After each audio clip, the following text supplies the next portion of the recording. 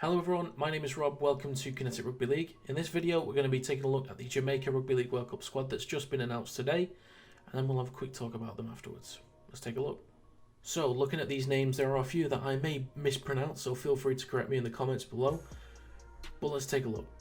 Jamaica has Mo Agaro, Jordan Andrade, Shavon Bailey, Joe Brown, Jaimel Coleman, Joel Farrell, Ashton Golding, Bradley Ho, Greg Johnson, Aaron Jones-Bishop, Ben Jones-Bishop, Michael Lawrence, Abivia McDonald, Kamisi McCain, Jacob Ogden, Ross Peltier, Kieran Rush, Andrew Simpson, Marvin Thompson, Keenan Tomlinson, Ronaldo Wade, AJ Wallace, James Woodburn Hall, and Alex Shaw. So the first thing I need to say on this Jamaica team is the fact that there are so many players from the English Championship brings a positive and negative side to this, I feel. Looking at the negatives first, I think the biggest issue, number one being skill, but number two being the pace of the game. There are always going to be players in a lower league that can handle the pace of, or the skill and pace of the league above. But in terms of the majority of players coming from the league below Super League, I think the pace of the game is what's going to cause Jamaica to struggle the most. They do have a few big name players in there, which I'll go over shortly, but I think the fact that they're in a lower league, the majority of them anyway, is going to be the biggest issue for them. But the positive side of that is that the Championship isn't so far away from Super League and the NRL that it would be impossible for them to even remotely put up a fight. There are still going to be quality players in the Championship, and this team earned their place at this World Cup. So I'm not writing them off completely, but in terms of the quality, they will be lacking, but it's not to say that they don't have decent enough players to hang into some games when they need to. The most positive thing that I can look at when it comes to this team are the big name players, or at least the recognisable names that come from Super League. There's Ben Jones-Bishop, Ashton Golding, and Michael Lawrence.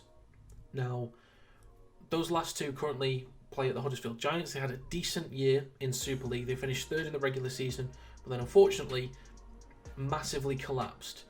If anyone doesn't watch Super League and needs to know what Huddersfield were like, just imagine what the Brisbane Broncos were this season in the NRL, but they fell off later in the season.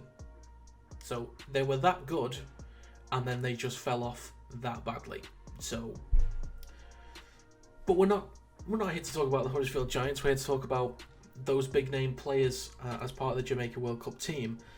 The most convenient thing for those guys is that they are in three different positions, and they're in three different positions that all line up next to each other.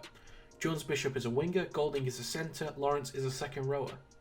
So if I'm the coach, the first thing I do is I shift them all to the same side.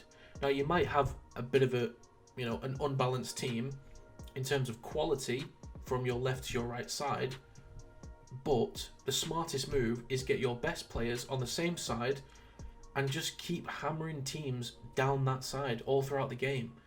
And there's going to come a point where there's so much focus, so much defensive focus on those three players down the left-hand side, for example, that there may be lower quality, inexperienced players in comparison to these three have more time and space down the opposite side.